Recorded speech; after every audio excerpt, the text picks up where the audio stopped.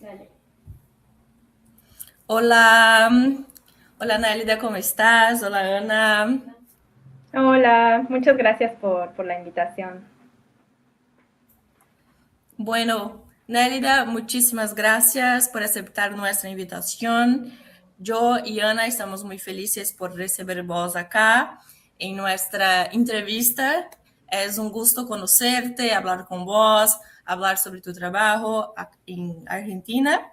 Y también acá para nosotras de la UFISC, vamos a nos presentar entonces. Yo soy Maísa, acá de la UFISC, estudiante de letras, y vamos a poner este trabajo en el sitio de la UFISC sobre políticas lingüísticas, glotopolítica, multilingüismo y todo. Cierto, Genial. gracias Nélida, yo soy Ana y también estudiante de la graduación de letras de la UFSC. Un gusto estar aquí con ustedes conversando. Bueno, vamos a hacer ahora una breve presentación sobre la profe, doctora Nélida, y después vamos a hacer una charla, una conversación con ella sobre su trabajo, investigaciones y todo. Y claro, también nuestro profesor, coordinador es Juva Miller de Oliveira, y muchísimas gracias también, profesor, por el contacto con todo. Bueno, Nérida es doctora en lingüística por la Universidad de Buenos Aires, pesquisadora del CONICET, maestra en lingüística aplicada por la Universidad Autónoma de México, licenciada en lengua y literaturas hispánicas también por la Universidad Nacional Autónoma de México y también docente del nivel universitario, de español y todo. Entonces, nuevamente, muchísimas gracias por estar acá. Es un honor para nosotras. Y acá vamos a hablar específicamente de su tesis, que nos encantó por muchísimas razones, ¿no? Su trabajo que se intitula Intervenciones glotopolíticas, ideologías lingüísticas sobre la migración senegalesa en Buenos Aires, un análisis sobre cursos de español de instituciones gubernamentales y organizaciones sociales. Y nos encantó su tesis y otros trabajos también. Vamos a pensar un poquito sobre esta migración senegalesa en Buenos Aires, específicamente, claro, en Argentina, más específicamente en Buenos Aires. Y otra cosa que me encantó también fueron estas instituciones gubernamentales y sociales, porque vamos a hablar también de la educación popular. Y tanto yo como Ana tenemos una relación también con la educación popular. Por eso nos encantó muchísimo acá en la UFISC, en Florianópolis, Brasil. Trabajamos también con educación popular, proyectos y todo. Entonces nos encantó conocer cómo es en Buenos Aires para específicamente estos migrantes de Senegal.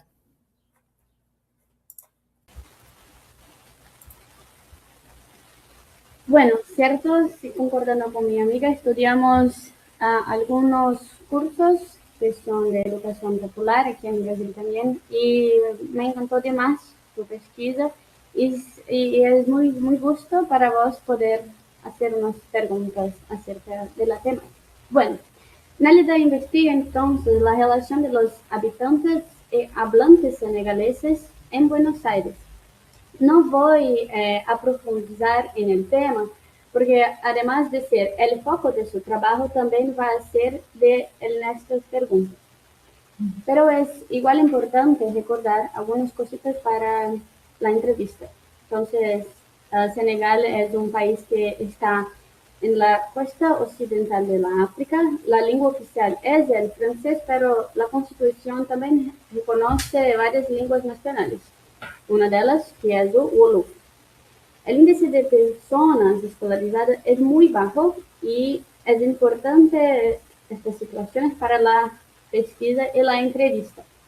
Y una de las características que dificulta aún más la integración lingüística de estos senegaleses en Buenos Aires es que muchos se alfabetizan en escuelas coránicas, que el alfabeto es árabe, distinto del nuestro, que es latino.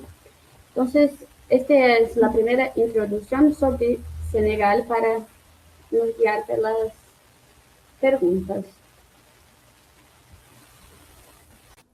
Bueno, hacemos ahora una breve presentación porque nuestras preguntas son sobre esta migración de Senegal, Argentina, políticas educativas. Más específicamente, nosotras hicimos una división en 4 bloques.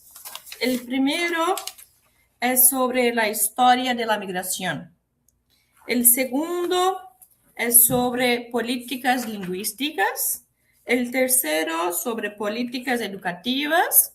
Y el último es sobre la educación popular, porque tenemos que hacer también de la educación popular, que nos encanta muchísimo, claro, siempre sobre su trabajo y este contexto, este escenario de su investigación.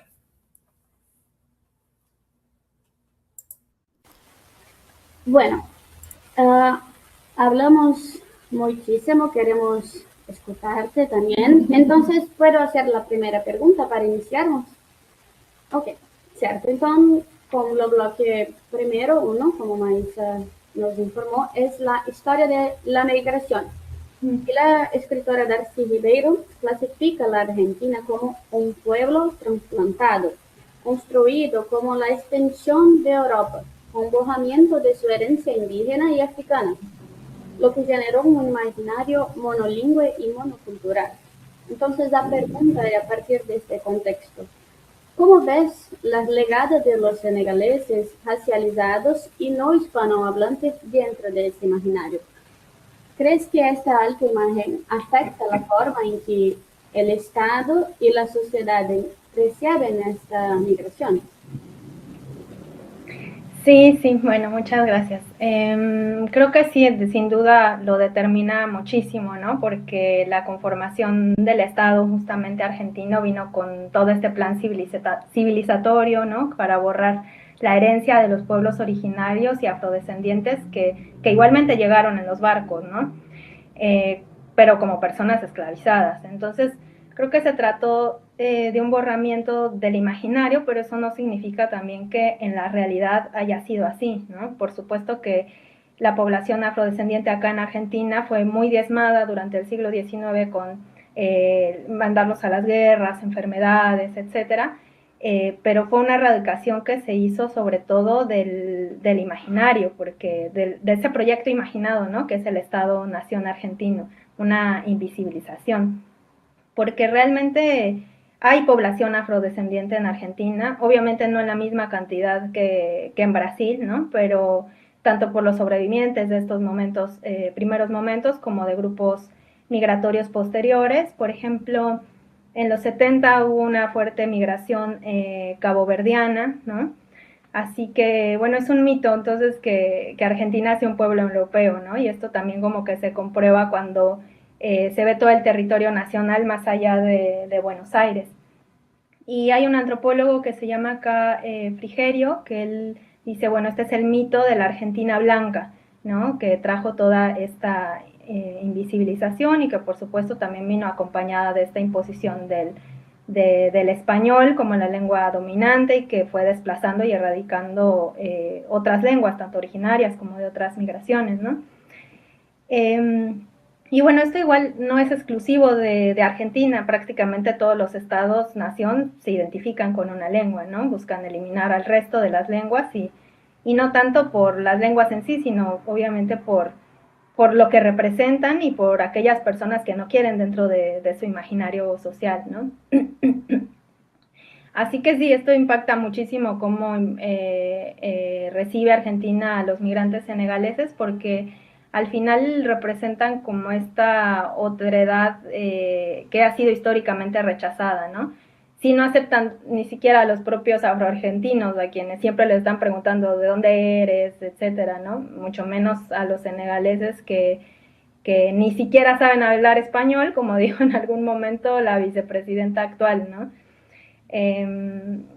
Y creo que es interesante también porque hay como un doble fenómeno, porque por una parte está invisibilizada esta comunidad por todo esto que hemos dicho, que hemos venido hablando, que es una comunidad además que llegó en los 90, es más o menos reciente, pero al mismo tiempo también está hipervisibilizada, ¿no? Como si fueran un peligro, como si fueran muchísimos, cuando en realidad son apenas 5,000 personas, ¿no? Pero que son muy visibles por su diferencia fenotípica y además por su presencia en las calles como vendedores ambulantes. Entonces,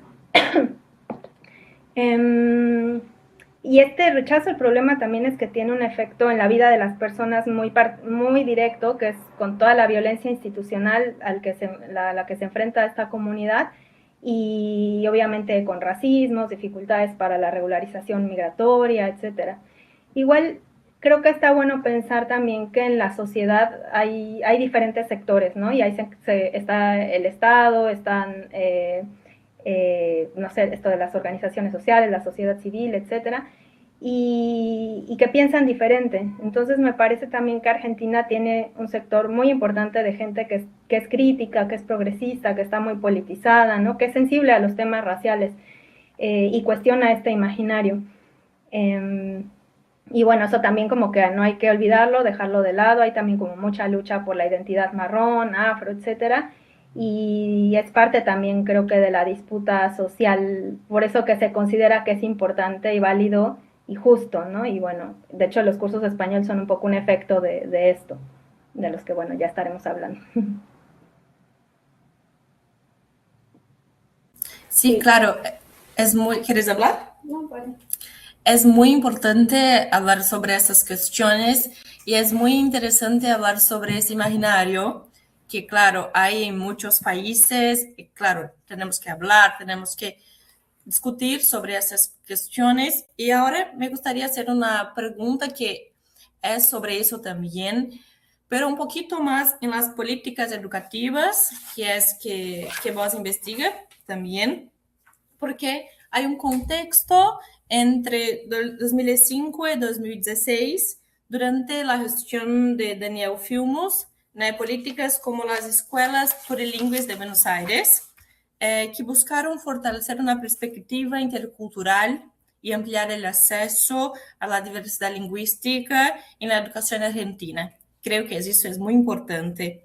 Pero, sin embargo, sus estudios sobre la migración senegalesa también muestran límites en la incorporación de ciertas poblaciones migrantes a este proyecto.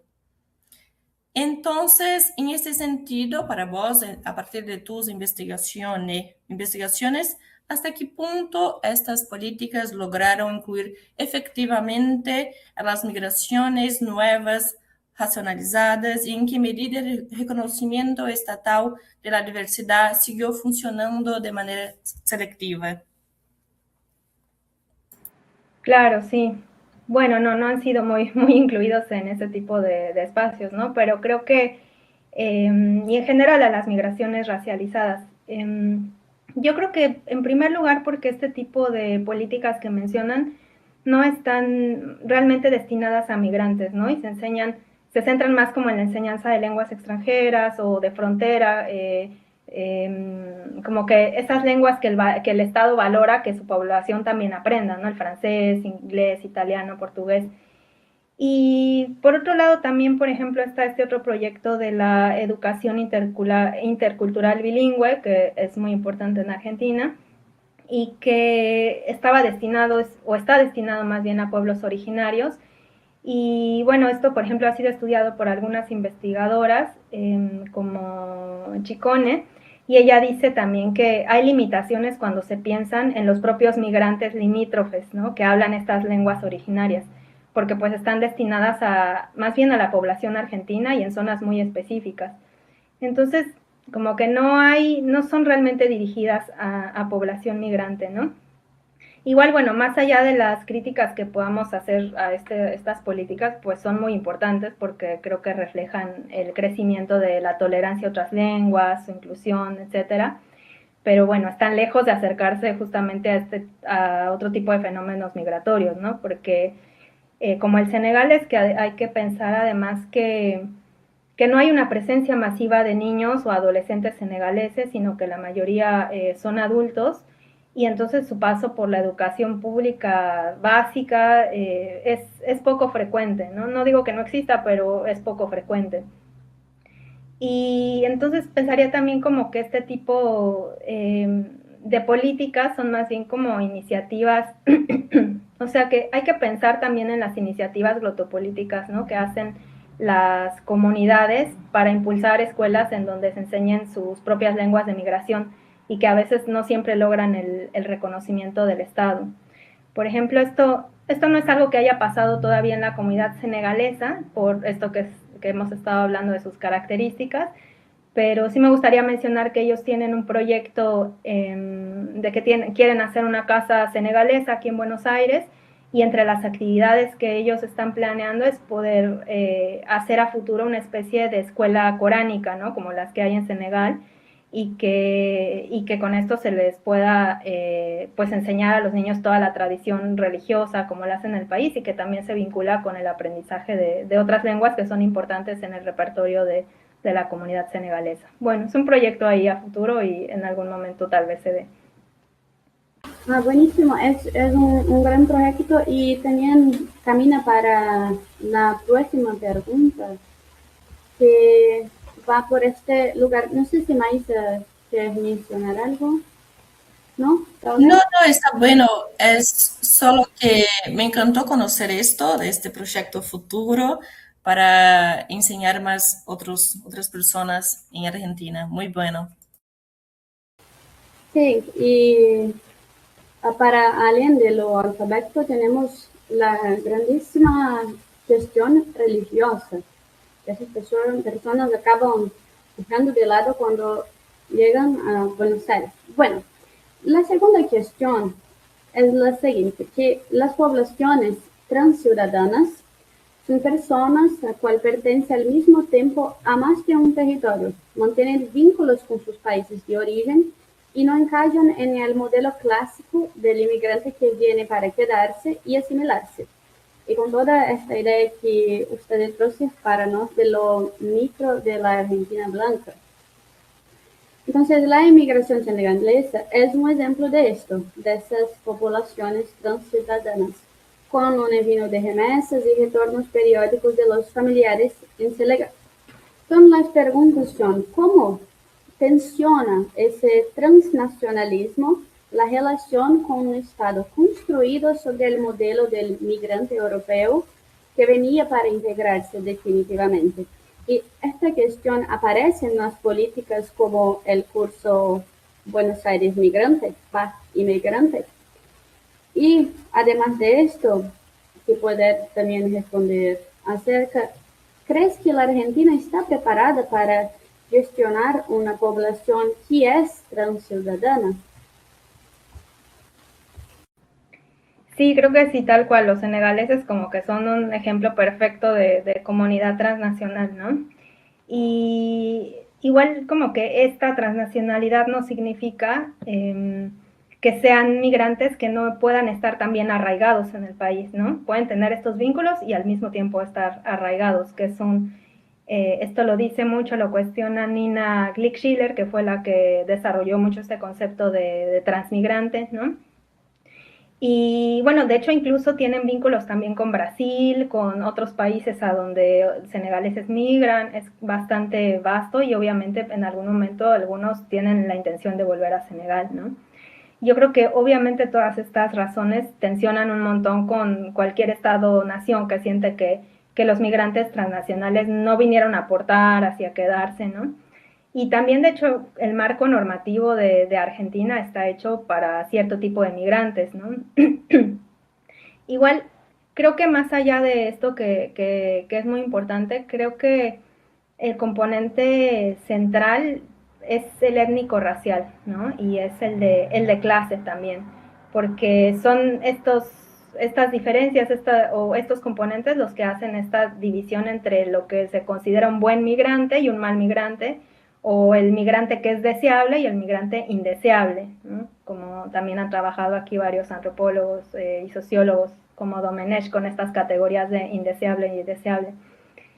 Así que Yo pienso que no es tanto que Argentina no esté preparada para aceptar una migración transnacional y gestionarla, sino yo creo que más bien no acepta a los migrantes que no representan este modelo de deseabilidad, ¿no? Donde sin duda, o sea, la voluntad de arraigo sí es importante, pero como decía, creo que más importante lo racial y la clase.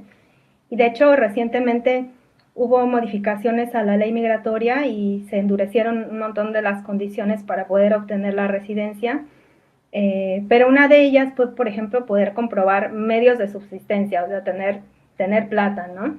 Y de hecho incluso se facilita que personas con mucho poder adquisitivo tengan ventajas para residir en Argentina, para comprar tierras, y de hecho a esas personas no se les llama migrantes, ¿no? Y son bienvenidas a que formen parte del proyecto argentino. Eh, Podemos pensar a estas personas también como transciudadanas, que seguramente no van a vivir acá permanentemente, no van a seguir manteniendo vínculos con otros lugares y seguro van a extraer también recursos del país. De hecho, un ejemplo, no sé si han escuchado últimamente de Peter Thiel, que es un empresario tecnológico, millonario, inversor, que compró una casa de lujo acá en Argentina, bueno, dice que va a venirse a vivir o ya se vino, no sé, y por supuesto es alguien que es muy bien recibido, sería un transciudadano, no, y dudo mucho que alguien lo vaya a discriminar porque no habla bien español o al contrario, seguro se van a adaptar a su inglés y no le van a pedir que se asimile. Así que creo que son otras las cuestiones de fondo que hacen que no se acepten, ¿no? Sí, es una como discriminación muy clara, pero este hombre, Peter, no va a estar como en las calles, como los senegaleses. Esto muda toda la concepción sobre esta persona, ¿cierto? Pero yo creo que es un desafío no solo para Argentina, más también como para casi todo el mundo. Es un problema muy criterioso que también ven del capitalismo. Sí, y sobre esta cuestión también, pero un poquito más ahora sobre las políticas educativas en Buenos Aires, me gustaría hablar un poco sobre el multilingüismo de acogida, que habla un poquito sobre eso los estudiosos Buin y Oliveira, Oliveira nuestro profesor, hablan sobre este concepto como una crítica a las políticas educativas monolingües. Ya hablaste un poquito, pero dentro de eso, estas políticas educativas monolingües, defendiendo la presencia de migrantes, refugiados y pueblos indígenas, exige también la transformación de las instituciones para reconocer la diversidad lingüística, cultural, religiosa. Pensando en esta migración senegalesa en Buenos Aires, para vos, ¿tuvo un avance sobre las políticas educativas en Argentina en este sentido para estas migraciones senegaleses? ¿Qué te parece en este sentido? Sí, bueno, por desgracia, no, la verdad es que no creo que hayan avanzado mucho, ¿no? Y creo que en este sentido, y creo que igual no solo en Argentina, ¿no? Seguimos como operando con esta ideología monolingüe, que el migrante necesita aprender la lengua para poder participar en la sociedad. Y sí es verdad que es necesario saberla como para poder ejercer derechos, dadas las condiciones de cómo actúa el Estado, la sociedad, porque pues justo no hay un reconocimiento a los repertorios de los migrantes. Y sí, sería maravilloso poder tener no solo la voluntad política de las instituciones, sino también que efectivamente se destinen recursos, ¿no? Para garantizar que los migrantes puedan tener derecho a usar sus propias lenguas, que eso sea garantizado. Por ejemplo, con el caso de los intérpretes en la justicia o en la administración, ¿no? Y que desafortunadamente no es así. Así que, en el contrario, estamos como en un monolingüismo totalmente de acogida y creo que en ese sentido, por eso también hay muy pocos espacios para, bueno, y a pesar de eso, hay pocos espacios para el aprendizaje del español que estén dirigidos específicamente a migrantes y que sean gratuitos, ¿no? Estos cursos de español que yo analizo fueron políticas muy puntuales y acotadas en el tiempo. o sea, en la ley de migraciones, que bueno, es una ley bastante avanzada, la ley de migraciones de Argentina en términos de derecho, y ahí se establece que el Estado tiene la obligación de favorecer la creación de clases de español para migrantes, pero estas que analicé fueron las primeras que se hicieron desde un espacio puramente estatal, ¿no? Y fueron estos 2 cursos que empezaron en 2018 y después se interrumpieron con la pandemia. No sabemos también qué hubiera pasado si no hubiera ocurrido la pandemia, ¿no? Desde el Centro de Orientación a Personas Migrantes y Refugiadas, también el curso duró un poquito más, pero en realidad lo llevaban a cabo personas de una organización de base, ¿no? Y trabajo voluntario de sus militantes. O sea, hay que decir que tampoco se le destinaba muchos recursos a esto, ¿no? Y bueno, igual se terminó por el cierre de este centro de orientación debido al desfinanciamiento actual de parte del gobierno. Así que creo que también es como un reto siempre en Argentina, o es algo que siempre me han dicho acá, que es un problema pensar en la continuidad de las políticas y de los proyectos como este, ¿no? Que deberían poder consolidarse para, más allá de los cambios políticos que haya. Pero bueno, es algo que desgraciadamente no ocurre por los vaivenes políticos. Uh-huh.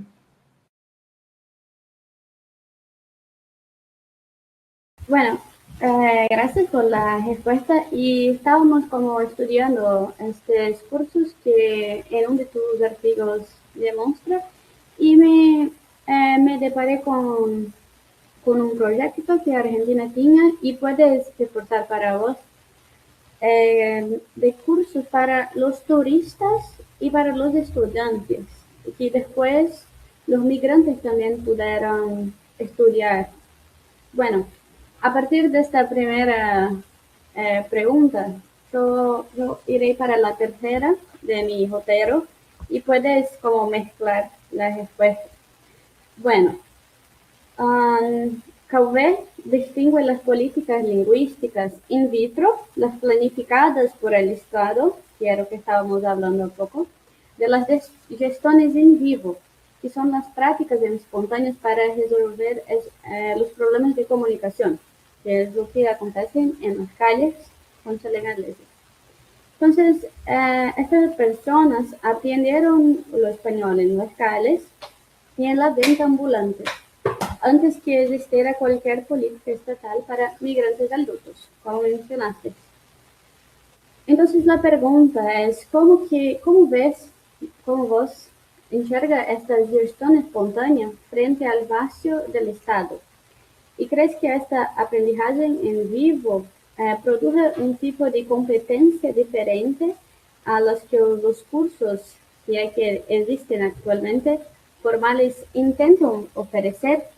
Y también la relación de esos cursos y de esa autonomía con la agencia de los migrantes. Aquí estábamos conversando un poco sobre esto, mas es importante pensar, la verdad, cómo el Estado encara y percibe este movimiento en vivo, que los senegaleses están en las calles por ellos, haciendo lo que precisan, sin amparo del Estado. Es diferente de los cursos formales. Sí, bueno, lo primero que pensé siempre también cuando me acerqué y tuve conocimiento de la comunidad senegalesa es que me pareció como muy sorprendente, ¿no? Que los senegaleses migren a países tan distintos y sin saber la lengua, así como llegan, ¿no? De hecho, yo cuando pensé en migrar para estudiar, para mí era como importante ir a un país en el que se hablara la misma lengua, ¿no? Así que bueno, creo que en el caso de los senegaleses esto nos habla también de un capital cultural migratorio muy importante que ellos tienen muy desarrollado, ¿no? De toda una tradición, además también de la valentía particular de cada uno, ¿no? Y bueno, esta distinción de la que hablábamos que hace Calvet me parece que está bastante buena, es muy útil para pensar estos fenómenos porque creo que da también pie para dar el mismo nivel de importancia a estas prácticas que son producidas desde abajo, ¿no? Y no solo desde arriba, y que suelen muchas veces también responder mejor a las necesidades reales y además esto de que muestran la agencia, la autonomía de los sujetos para enfrentar las dificultades lingüísticas.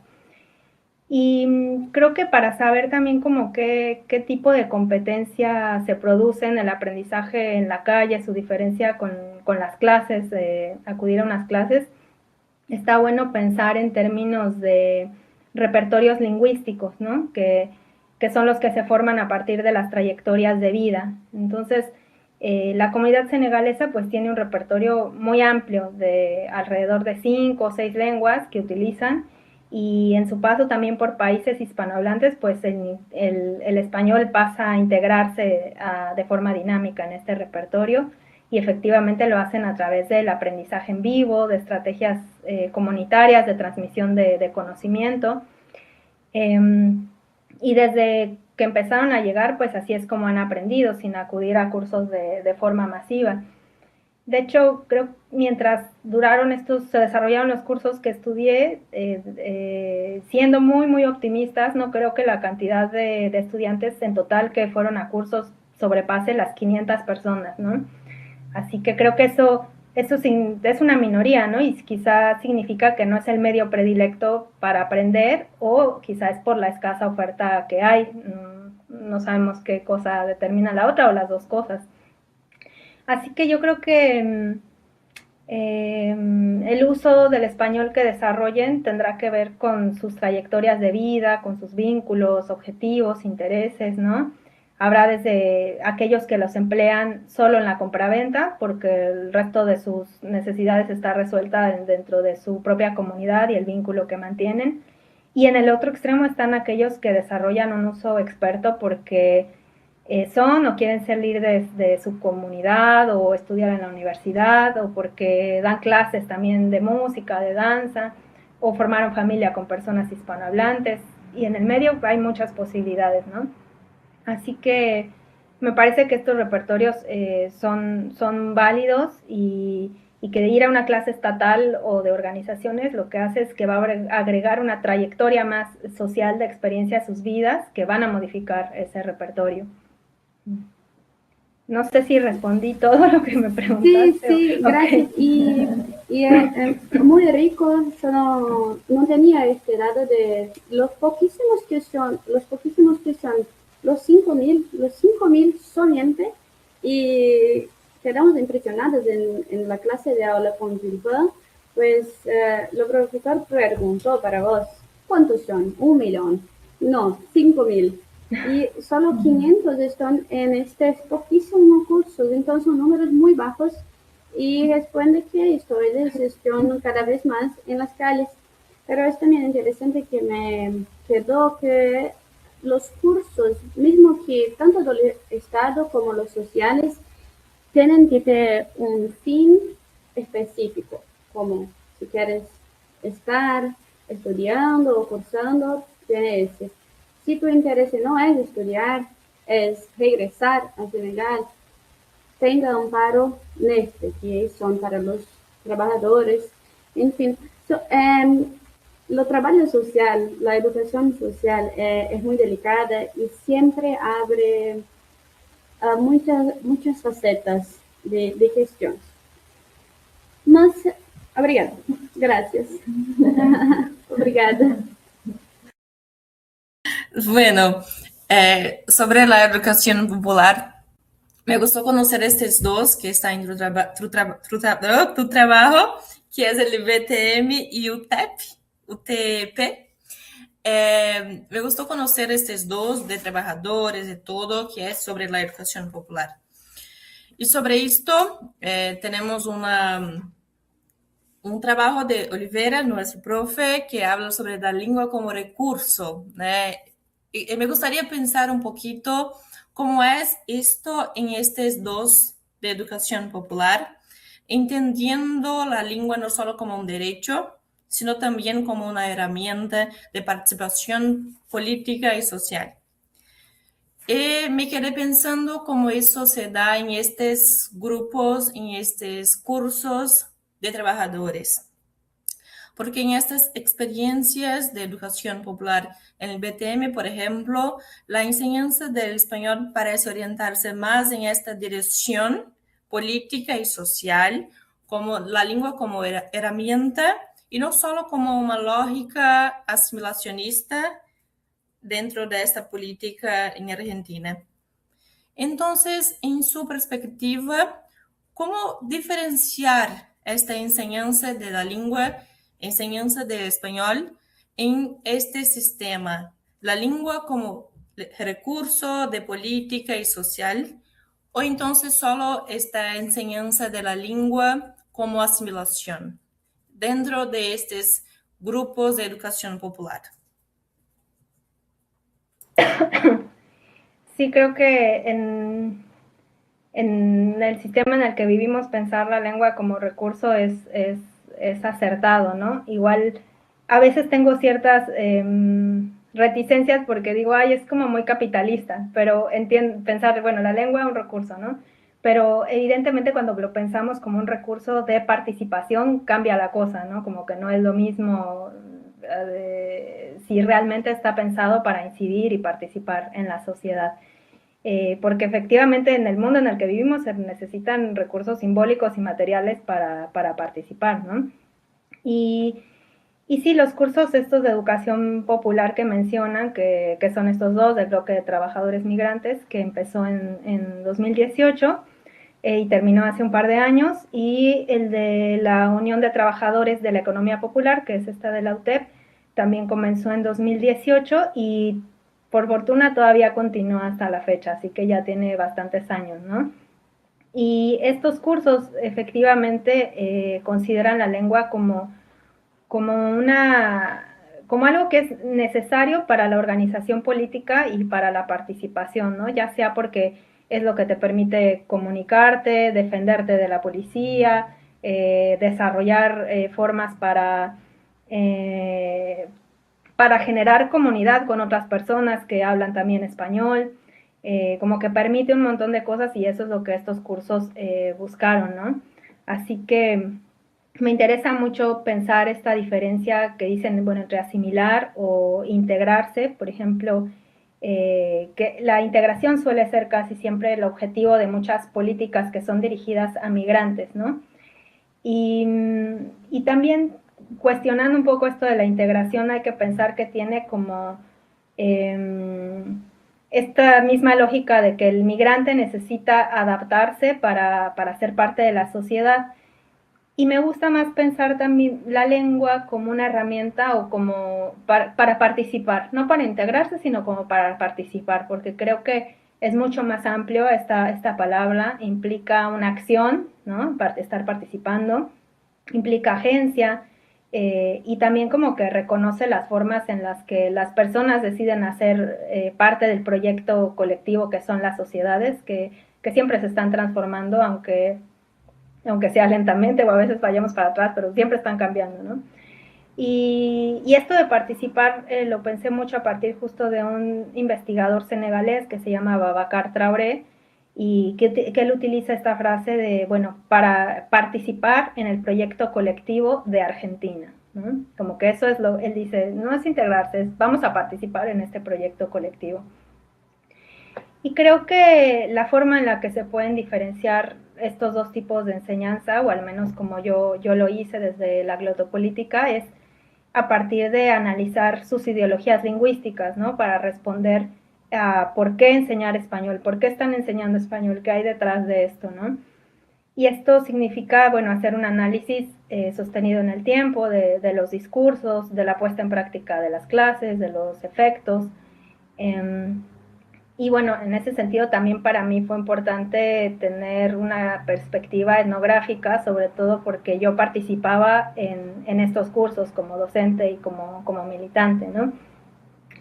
Y bueno, también aspectos que para diferenciar que me parecen importantes para cuando analizamos las ideologías lingüísticas, por una parte creo que es central estudiar cuál es el modelo de subjetividad que proponen los cursos de español, o sea, cómo piensan que el migrante debe ser, debe actuar en la sociedad, y por otro lado también analizar la dimensión pedagógica, como ver si realmente es congruente con los objetivos de las políticas o iniciativas o en realidad no hay una congruencia entre eso, ¿no? Sí, no sé si me quieres comentar sobre algo, pero yo tengo como dos preguntas que van por estos dos caminos.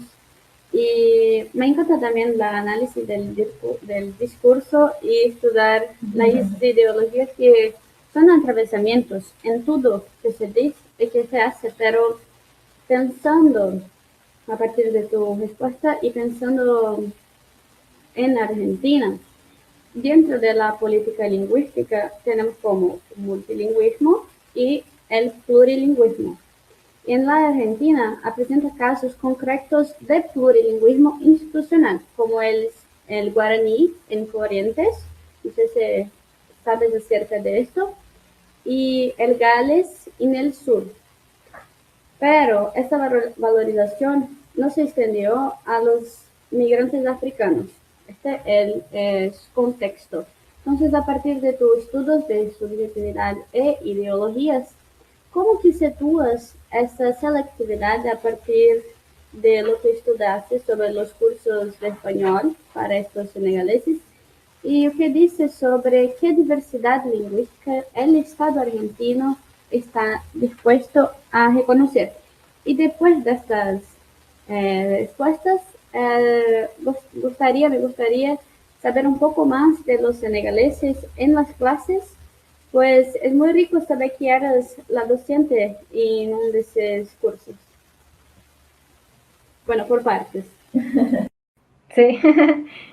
Bueno, sobre el reconocimiento de la diversidad, creo que está bueno también preguntarnos como qué significa que el Estado reconozca la diversidad lingüística, ¿no?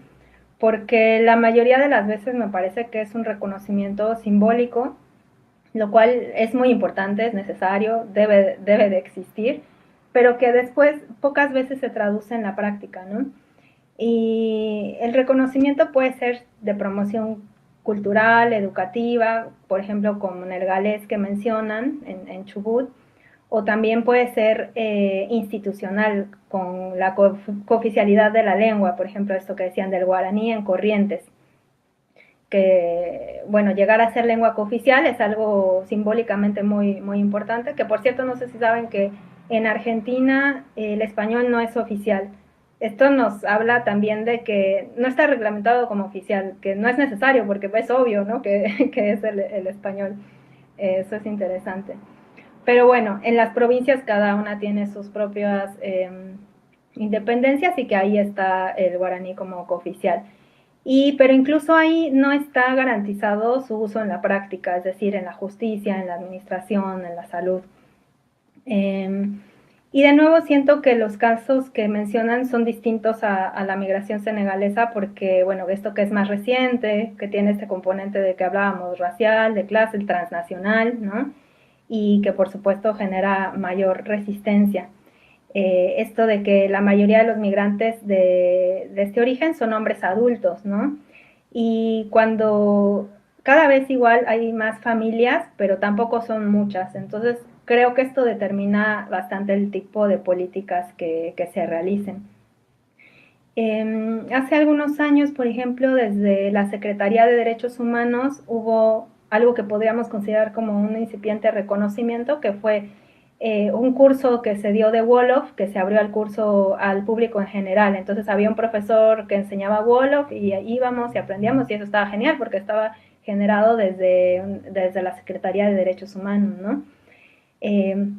Claro que esto ocurrió en un momento en el que el gobierno de ese entonces, el Frente de Todos, tenía una agenda pro afro, pro migrante en el discurso y que además estaba alineada con el diseño internacional para las afrodescendientes de la ONU, que Argentina se había adherido a eso.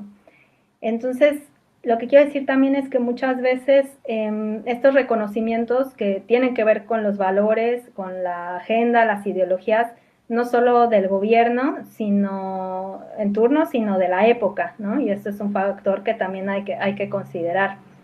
Y por supuesto también el trabajo que hagan las comunidades para alcanzar que sea reconocido, ¿no?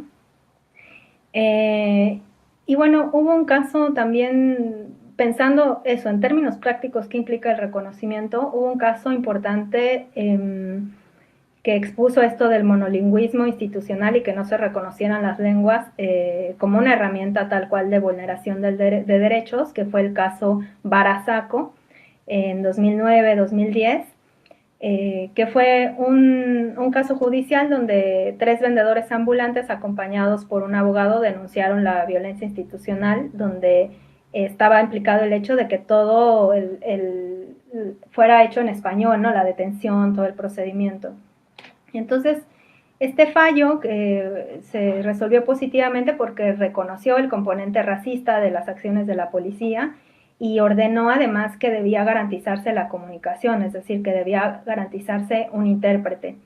Y esto, bueno, fue un avance muy importante, pero en la práctica, de nuevo, como pasa de pronto con el guaraní, es que no está garantizado, ¿no? De hecho, durante mi investigación y trabajo con la comunidad senegalesa, siempre nos enfrentamos a este problema durante las detenciones, ¿no? Porque siempre les hacían firmar el documento donde decía que sí entendían el español, que leían, que todo perfecto, y realmente muchos no era así, ¿no? Lo que sí pasó es que el hecho de que no haya intérpretes hacía que al final se desestimaran las causas, lo cual era positivo, digamos, porque no avanzaba la causa contra aquellos que eran detenidos. Así que, bueno, creo que el reconocimiento simbólico es esencial, es necesario, debe de existir, pero más importante sería que sí se traduzca en la práctica, ¿no?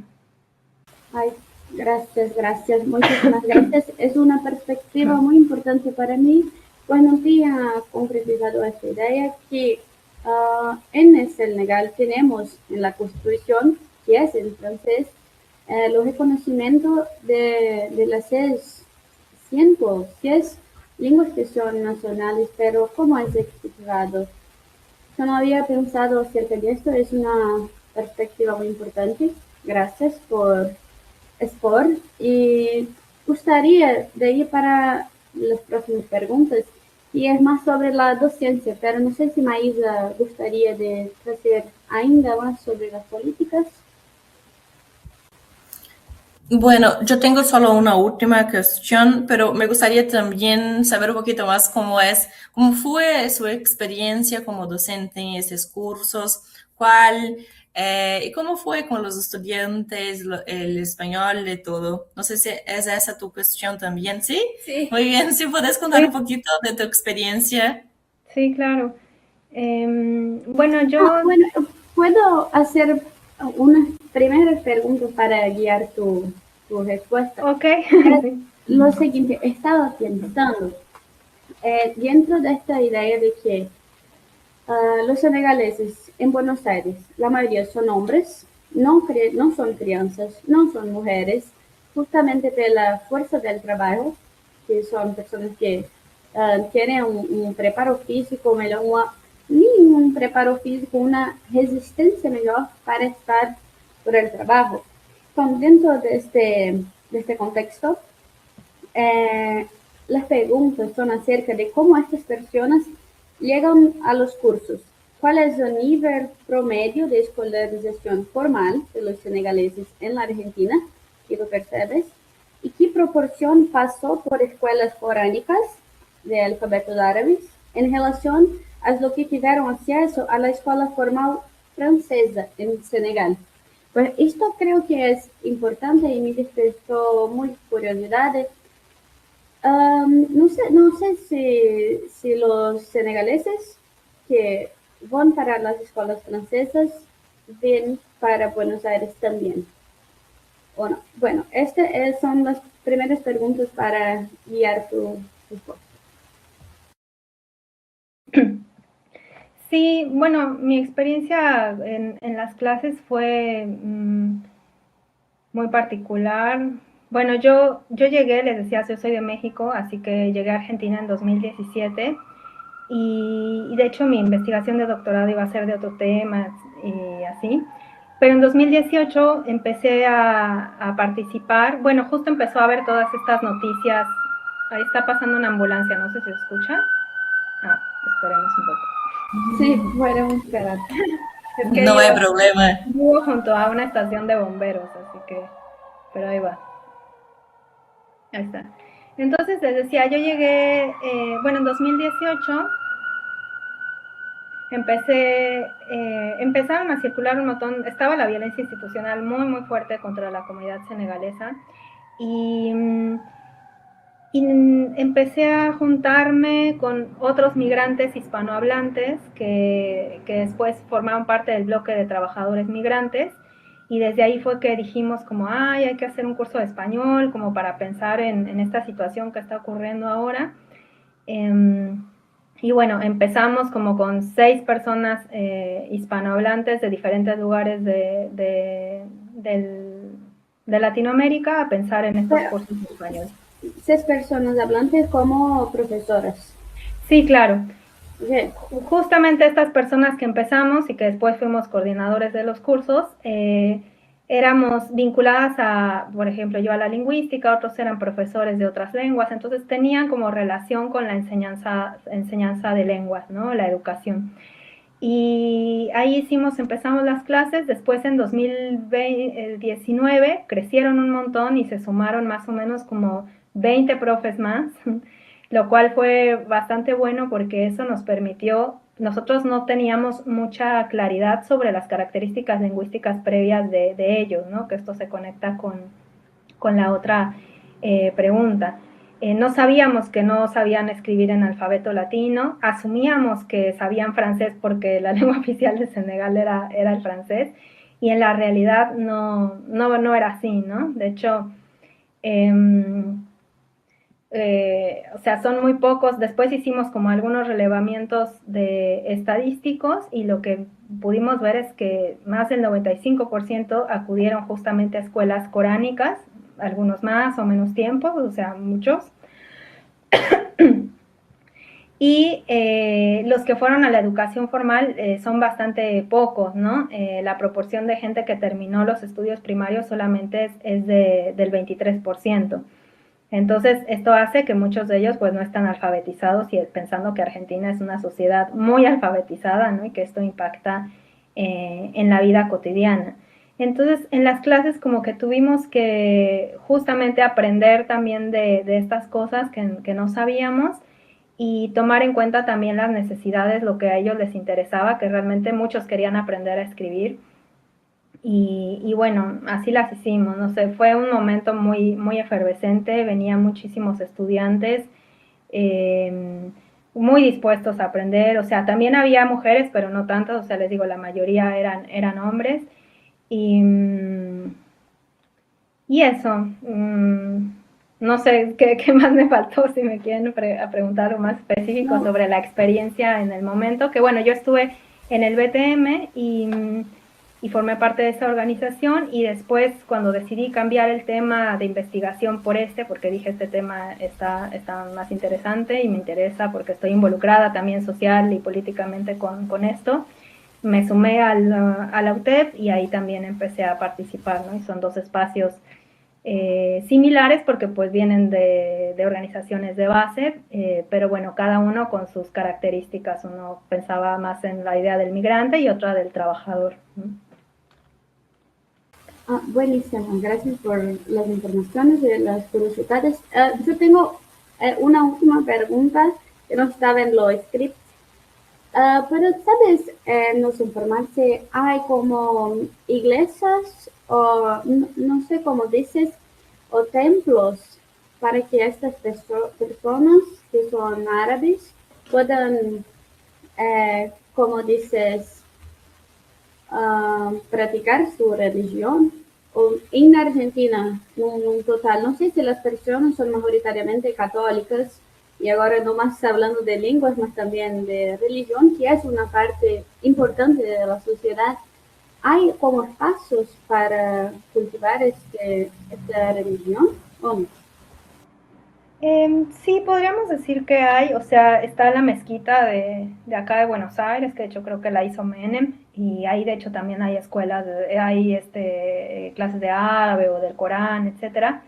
Pero la comunidad senegalesa no participa mucho de estos lugares, a veces en algunas ocasiones sí, porque ellos, les digo, tienen tan desarrollado su capital cultural y migratorio que hacen su vida en los países en los que estén y desarrollan sus prácticas religiosas Así que ellos mismos gestionan sus espacios, se reúnen normalmente una vez por semana, unas reuniones que se llaman dairas, que son reuniones en las que discuten temas religiosos y practican la religión, pero también temas de la comunidad que tengan que resolver.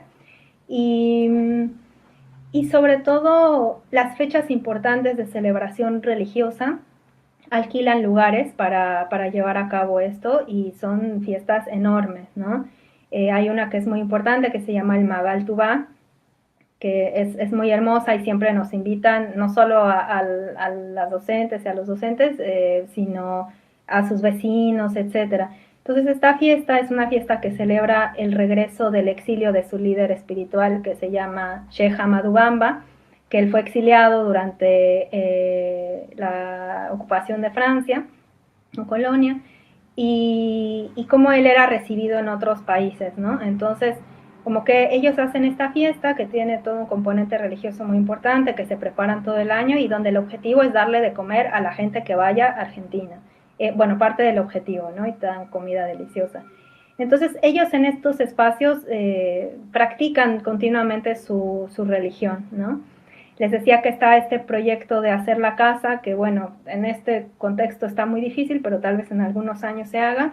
Y yo lo que he visto hasta ahora es que a los niños que nacen acá, los mandan a Senegal a la escuela coránica. Entonces, se van. Por ejemplo, conozco de cerca a una compañera que, bueno, tuvo su hijo acá, es senegalés, y aunque el niño ya estaba estudiando acá, para ellos era tan importante que lo mandaron a Senegal. Y va a estar allá no sé cuántos años estudiando. Pero yo no comprendí con mi español. Cuando los senegaleses tienen un niño en Buenos Aires, ¿él lo va a estudiar como en una escuela coránica o española? Sí, bueno, van a la escuela de acá, normal, ¿no? A su escuela de la educación argentina, pero digamos, en este caso llegó el momento en el que la madre dijo, para mí es muy importante que él aprenda su cultura y necesita ir a la escuela coránica. Y acá no hay un equivalente, porque el Islam que ellos practican no es el mismo que se practica en otros lugares del mundo. Es un Islam que está africanizado, por así decirlo, con toda la cultura que hay en Senegal. Y es un Islam sufí muy particular que, digamos, si van a la mezquita de acá, no les van a enseñar eso. Ay, muy rico, gracias por esta respuesta, es muy buena saber. Y refuerza la idea de la gestión en vivo, no solo de la lengua, pero es como un todo para se vivir en sociedad. Bueno, gracias. Estoy encantada, me encanta muchísimo, muchísimas gracias. Tengo solo una última cuestión. Muchísimas gracias por todo hasta acá. Muy interesante todo eso, este contexto, la lengua y después también de la lengua. Mi última pregunta es sobre educación popular, pero me quedé acá pensando sobre eso porque tenemos un educador brasileño muy conocido, Paulo Freire. Eu não poderia cerrar esta entrevista sin hablar de él, porque nos gusta. Yo también investigo sobre él, Paulo Freire, y también sobre educación. Y me encantó que hablaste que fuiste educadora en estos proyectos, en el BTM, y después empezaste a investigar. Yo también hice parte de un proyecto popular que se llama Einstein Floripa. Es un proyecto acá de Florianópolis. No es del portugués para migrantes, es en otro contexto, pero es también de la educación popular. Y me quedé acá pensando en la importancia de eso, porque ahora también yo hago investigación sobre este proyecto. Me quedé pensando sobre Paulo Freire en estas cuestiones que también está en tu trabajo, sobre cómo es interesante estos contextos acá en Brasil, en Argentina, y cómo es un honor para nosotras hablar con vos acá sobre este otro contexto, más específicamente de Buenos Aires, más de migración. Entonces, mi pregunta final es, ¿por qué acá hablamos mucho sobre las cuestiones sociales? racismo y otras cuestiones también. Mi pregunta es para vos, ¿cómo promover la inserción social sin despolitizar cuestiones como racismo o entonces otras cuestiones sociales? Porque para mí este espacio de educación popular es muy importante para eso también. Sí, sí, tal cual. Y bueno, sí, Paulo Freire fue muy importante, obviamente un referente en nuestro proyecto del BTM y todo eso. Particular sacamos mucho de él algo que tenía como de palabra generadora o palabra cápsula. Eh, eh, y eso nos sirvió un montón como para discutir temas, al mismo tiempo que alfabetizar, discutir temas que eran centrales políticamente, ¿no? Para eso.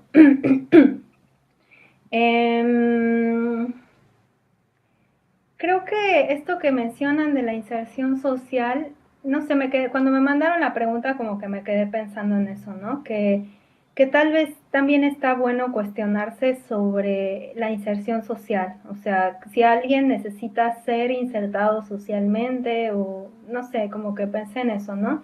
Porque creo que en el caso de la comunidad senegalesa yo ahora diría que está totalmente insertada socialmente, ¿no? Más allá de hecho de lo que el Estado o las organizaciones puedan pensar sobre cómo debe ser esa inserción, ¿no? O qué sería lo mejor. Entonces, no digo, por ejemplo, que todos los senegaleses deseen ser vendedores ambulantes, pero muchos sí, ¿no? Y de hecho solo quieren que los dejen trabajar tranquilos, sin que los persigan, sin que esté ahí la policía. Y creo que, como he dicho, como que de hecho este trabajo de la venta ambulante también forma parte de un capital cultural senegalés y migratorio que está muy desarrollado, que ejercen en todas partes del mundo en las que están y con el que logran diversificar sus economías, mantener a sus familias. Claro que es un trabajo precarizado en donde enfrentan el racismo, ¿no? Y eso sería lo que habría que combatir.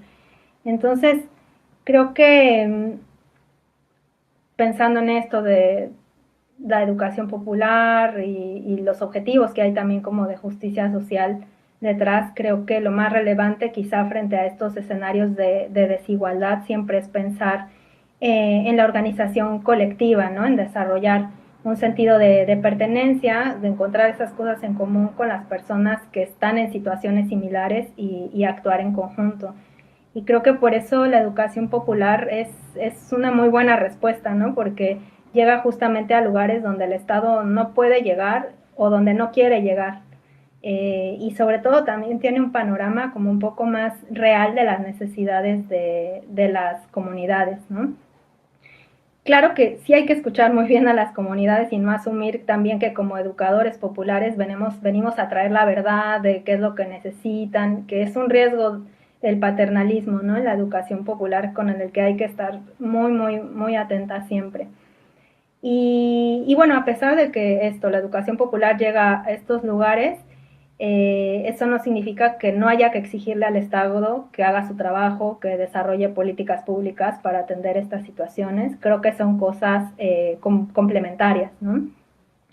Y también pensando en esto que decía de crear comunidad, la cultura senegalesa tiene un concepto que a mí me gusta muchísimo y que es muy interesante para esto, que se llama teranga.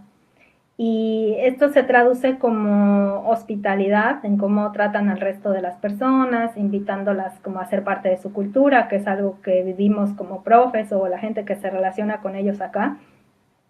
Pero esta palabra también tiene como un significado que han estudiado antropólogos senegaleses. Hay uno que se llama Abdurrahman Sej, y él dice que la teranga su significado tiene que ver con la corresponsabilidad mutua, ¿no? Y lo llama también como un puente político hacia el otro. O sea, él dice que toda obligación, toda persona en este mundo tiene la obligación de responder por mí y yo tengo la obligación de responder por ella, sea cual sea como el lugar que ocupemos en el mundo, ¿no? Y bueno, me gusta mucho esa idea y creo que es lo que nos vendría muy bien practicar como sociedades. Uh-huh. Ay, qué bueno, muy interesante. Y también, solo para complementar, Yo y Ana hicimos parte de otro proyecto que se llama Head of Edge, dentro del curso de letras acá en la UFSC, también sobre el portugués, pero no en este contexto de migración. Pero para nosotros es muy interesante también conocer este otro lado de los migrantes. Entonces, creo que de mi parte es eso. No sé si Ana tiene alguna otra pregunta. Bueno, no tengo otras preguntas, pero solo agradecimientos. Y para mí es muy rico y también me gustaría poder conocer estos pensadores senegaleses. Y la educación también es el lugar de poder reconocer en lo otro. Y es muy bello lo que pronunciaste, lo que dijiste, me agradó mucho, me encantó. Y las lenguas, bueno, son vistas no como un producto mercadológico, un mero fruto de lo capitalismo, pueden ser esta herramienta de aproximar de los otros, de nos aproximar de los otros y es un papel muy, muy bello como educadores, educadoras. Sí. Bueno, Nelida, es esto. Lo agradecemos muchísimo, muchísimo.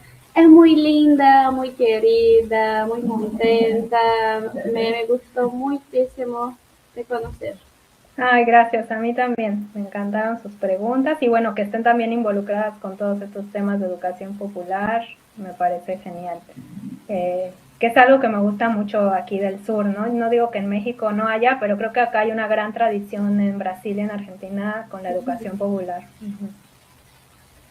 Muchas gracias. Bueno, gracias a vos. Me gustaría cerrar con una cita del Paulo Freire, porque somos brasileñas, él también creo que es muy bueno para este contexto, que es nadie educa a nadie, nadie se educa a sí mismo. Los hombres se educan entre sí con la mediación del mundo. Entonces, yo creo que es muy buena esta conversación entre nosotras de muchos contextos, de pensar esta educación que nadie educa a nadie, pero nos educamos juntos. Por eso, muchísimas gracias, Nelida, por su tiempo, todo muy amable. Estamos muy felices y contentas de estar acá con vos. Muchísimas gracias y es un gusto. No, Bueno, nos gracias a vemos ustedes. en Argentina. Sí. Me encantan las medialunas, la comida me encanta mucho y va a ser una gracia poder estudiar con vos. Sí, sí, cuando quieran acá las recibimos. Gracias, mi amor. Gracias, que Y estén muy vos bien. también. Está invitada também a Florianópolis. Gracias, tengo que Muito ir. obrigada. Sí, Gracias. Obrigada. gracias, chao. Tchau, tchau. Chao.